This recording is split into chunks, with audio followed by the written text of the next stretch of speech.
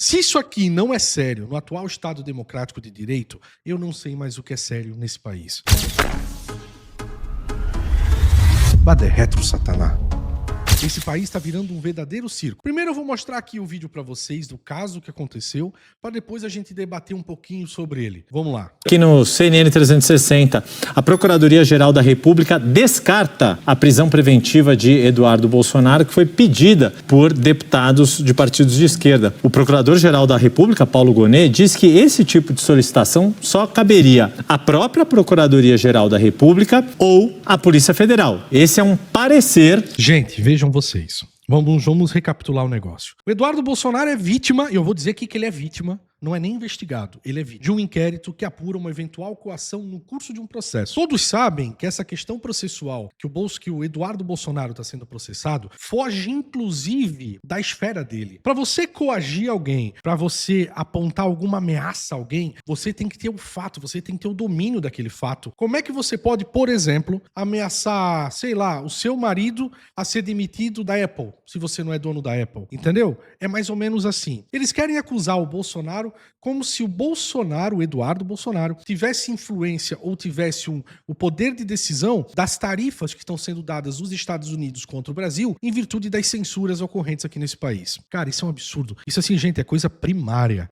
Eu acho que qualquer pessoa em sã consciência ou qualquer ser humano com uma razão mediana, nem precisa ser muito mediana, mas sabe que isso é bizarro. Isso é bizarrice. Mas a coisa continua, porque Eduardo Bolsonaro e Paulo Figueiredo, que também é vítima nesse inquérito, foram denunciados quanto a isso. E outra, sabe o crime que eles cometeram, em tese, né? O crime que eles cometeram, a pena máxima é de 4 anos, gente. Se fosse condenado, porque é um absurdo se for, pegaria aí 1 ano, 1 ano e meio, ou seja, serviço à comunidade. Mas não para aqui. Sabe o que aconteceu? Deputados do PT, e entre eles Lindenberg Farias, esse cara que vem se pagar de moralista, esse cara que vem se pagar de defensor do Estado, um comunista, socialista, e todo mundo sabe como é que ele conseguiu assumir. Por que ele conseguiu assumir? Né? Porque você sabe que ele também não tem um histórico muito bom, não. O Lindinho, né? Todo mundo sabe disso aí. Mas a grande questão é, Lindenberg Farias vem nesse processo e pede a prisão preventiva de Eduardo Bolsonaro, gente. Mas o detalhe, esse pedido dele ainda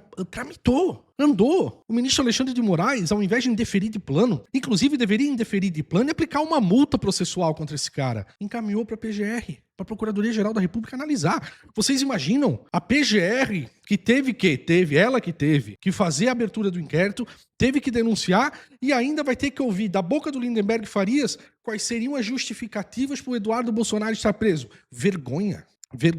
Mas eu acho que ficou tão ridículo para a PGR que, inclusive, o próprio Procurador-Geral da República disse: não, peraí, gente, esse papel cabe a mim, não pode ser os parlamentares. Vocês estão vendo como o sistema já está se degladiando, porque eles estão vendo as atrocidades que eles mesmos estão fazendo. Gente, isso é perigoso. Você pode acreditar que você pode achar aí de casa que não, mas é um precedente perigoso.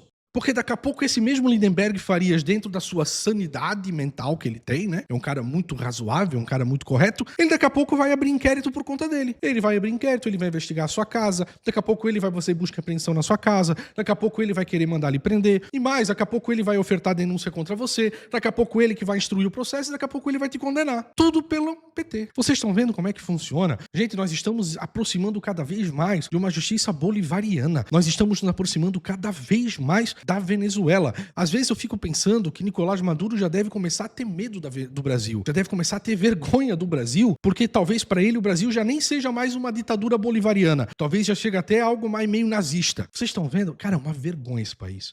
Esse país está virando um circo. E aí, detalhe, esse cara sabe o que ele faz? Ele faz uma merda de uma petição, sabe que não teria que dar em nada, não poderia nem avançar, não tem nenhuma consequência contra ele, e ele pega o celular, faz um videozinho para um bando de alienado, dizendo: aí nós pedimos a prisão do Eduardo Bolsonaro, aquele fascista, aquele lesa-pátria, aquela conversa tola de sempre. Mas esse é o Brasil que nós estamos vivendo. Até quando que nós vamos aguentar isso aí? Até quando que o sistema vai continuar perdurando dessa maneira? Vergonha. A palavra é vergonha. E eu vou dizer uma coisa para você aí de casa. Isso tudo não é apenas material. Isso tudo não é apenas de carne e osso, não. Aqui é uma guerra espiritual. E é por isso que a gente sempre termina dessa maneira. Vá de retro, Satanás.